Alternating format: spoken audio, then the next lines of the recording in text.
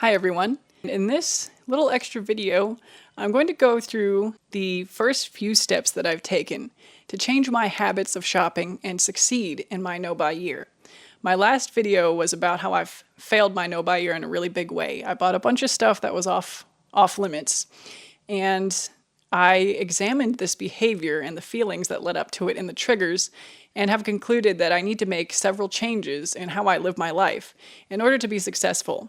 So I'm going to go through these things hopefully quickly, and this will just be a cheap and cheerful update to inject some positivity after the doom and gloom of my failure. Feeling a little bit better now and ready to go forward with a bit of strength and dignity. Anyway, I think one of the biggest things that I've done so far is limiting my exposure to ads and distractions on my phone. So I still have my list on my phone because I have been using my notes app to make these little lists of points that I want to discuss in a video and kind of talk through for myself and anybody watching. But I have since decided to move to these notebooks. So I have one for things I want to talk about in videos on a weekly basis and thoughts and developments and feelings. And then I have one, and this is my no phone book. And this is hopefully going to replace being on my phone in some ways. I've watched some videos from, I think the channel is called Park Notes, and he talks about how you can use little notebooks instead of being on your phone. I'm going to link the videos in the description, and you can watch them for yourself if you want to see what he's talking about.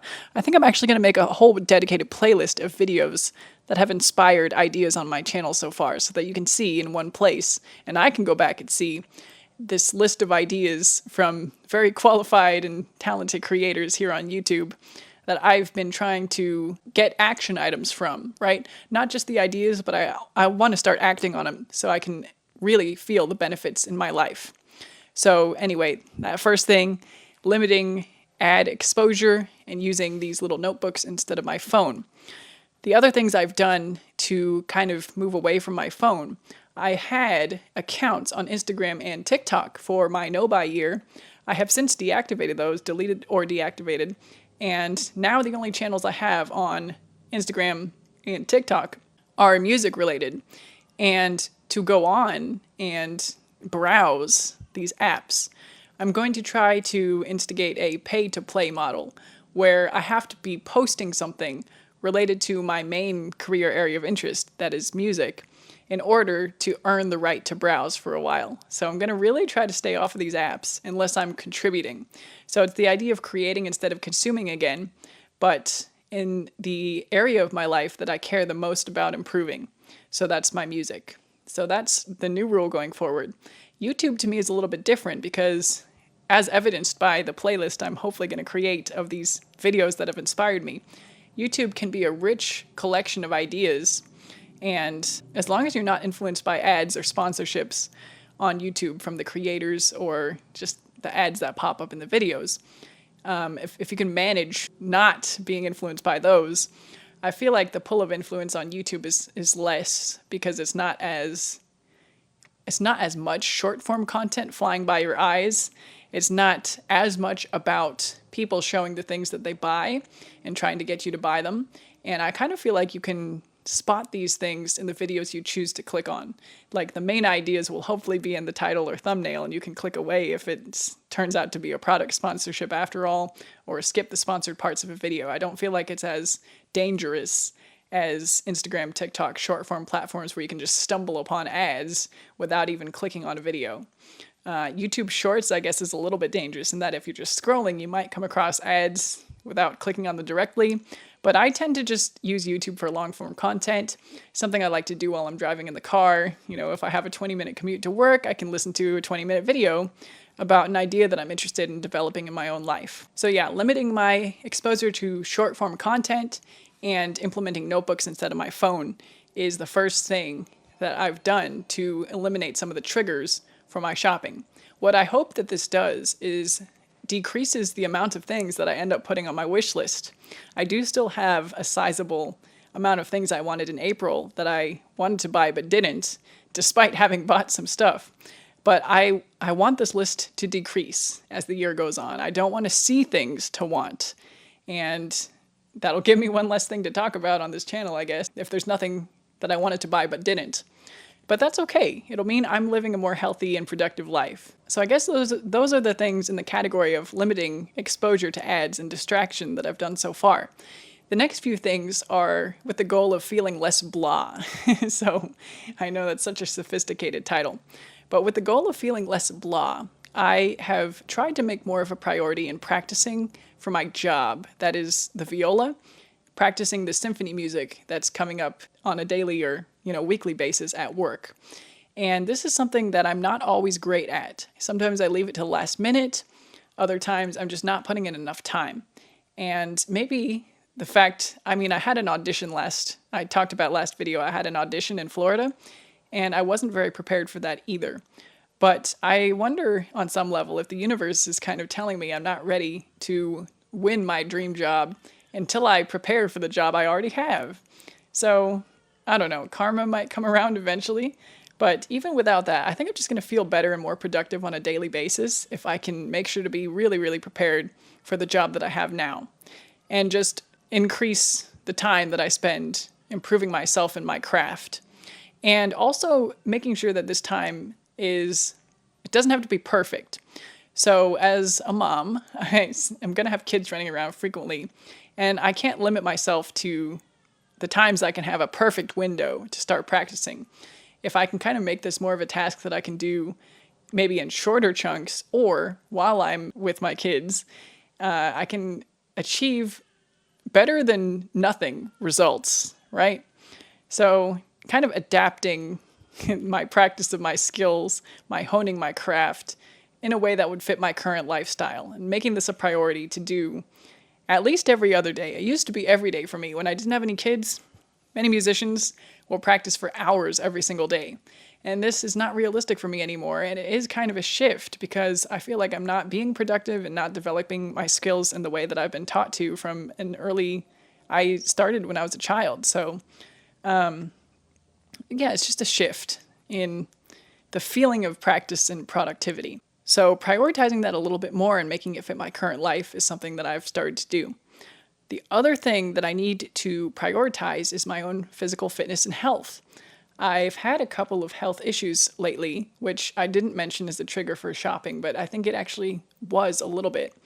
I was having some chest pains, and I've seen a doctor and I've got tests done, so I know that is hopefully benign, or it's hopefully just heartburn or something like that. But it was a little bit worrying for a while, and it occupied space in my mind, and it made me feel like I haven't exercised regularly for a while. I've just started this year, and it made me feel like, uh-oh, what if I've left it too late and I've done irreparable damage to my heart and lungs or whatever. And it kind of gave me that scare that I needed to start the habit of exercising, I guess. So I really need to prioritize that as well. Again, maybe making it an every other day, or going no more than 3 days without having gone for a little run or walk. And I think I'll feel better overall the longer this habit continues and the longer that I manage to stick to it.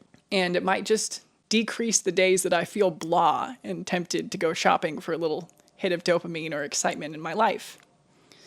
I also need to prioritize the goals that I have that aren't directly related to my job or my fitness. And for me right now, that is my looping programs with my viola, so like other musical goals. And I feel like I've fallen into the trap of not being able to do as much as I want, and therefore going back to doing nothing at all. So I don't know if you've felt this, but sometimes if the perfect opportunity doesn't present itself, it's easier to just do nothing, right? So I think I need to tell myself, look, it's better to get 2 songs done this year, or even 1 song, than it is to get 0.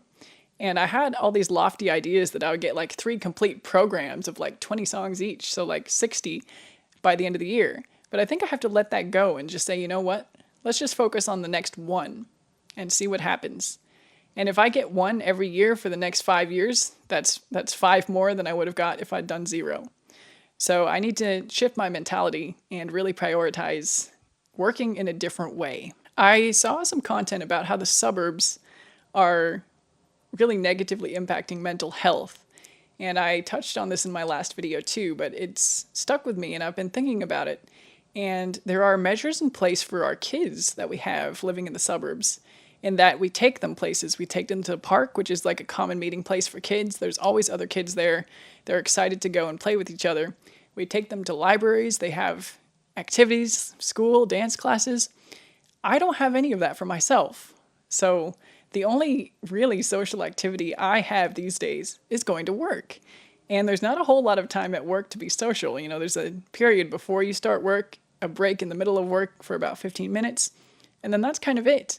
You might have a dinner break on a day where there's 2 services, or maybe, you know, for a regular job, you might have a lunch break where you can sit with coworkers and chat, or, you know, hopefully you work with people that you would consider friends if you're lucky, and get some social time there. But that's all I really have.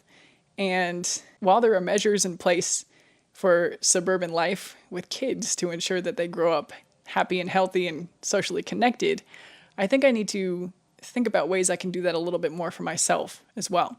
I don't have all the answers here yet, but I'll report back and see if I come up with any solutions, or if you know of any, drop them in the comments as well. I really appreciate it. The final thing that I'm curious about adding, and have not started yet to be completely honest, is meditating. And I keep on seeing how meditation can increase your focus and attention and just generally make you feel better. And I guess long story short, I'm getting more and more committed to trying this. I'm getting more curious. I think I'm getting closer to actually making the commitment to at least do a short-term challenge of this. Maybe this video will be the catalyst. Maybe from this day, I will try to meditate for at least, let's make it really easy. Let's say 1 minute a day for the next week, and see what happens and how I feel and if there's any difference. I guess mentally I have some resistance because I feel like some of the activities I do on a daily basis can be meditative, but they're all activities. So maybe that's what defeats the purpose of these activities and makes them not as good as meditation. But I mean, like when I'm driving, I feel like I'm kind of meditating. When I'm practicing my instrument, I feel like I'm focused in a way that's almost meditative. When I'm taking a walk or a jog, I kind of feel like it's like meditative state of mind. Or even when I'm writing in my notebooks, kind of feel like it's like meditating. But all of these things are activities, and they're not just sitting and meditating or focusing on the breath. So I think that is something I need to start acting on, implementing, exploring, indulging my curiosity of, and just see what happens. And I'll report back, but I've just seen it on so many other channels, so many other sources, where people talk about how meditation has had such stunning benefits. And I just need to see what it's about for myself, I guess. So those are the things that I've started doing in order to mitigate my habits of consuming and try to turn this no-buy year, which has so far been a string of failures in whatever form, and transform it into success and long-term habit change. So let me know if you've got other ideas for ways to support positive habits, ways to reinforce the things that I want de-incentivize the things I don't want to be doing. And I want to be able to continue this year and kind of release the feelings of guilt and shame that I was really feeling last time when I was sharing about how I bought a bunch of stuff that was on my list of things to not buy. So I'm picking myself up. I'm going to be the phoenix rising from the ashes, being reborn, and go forward and try to really take care of these positive habits and cultivate the changes that I want to make so that I can behave in line with my values. All right, that's all for today. I will see you in the next one. I think we're going to get into some budget details. So if you're interested in that, feel free to subscribe, leave a like, stick around if this journey helps you at all, gives you anything to relate to. And I will see you in the next one. Bye for now.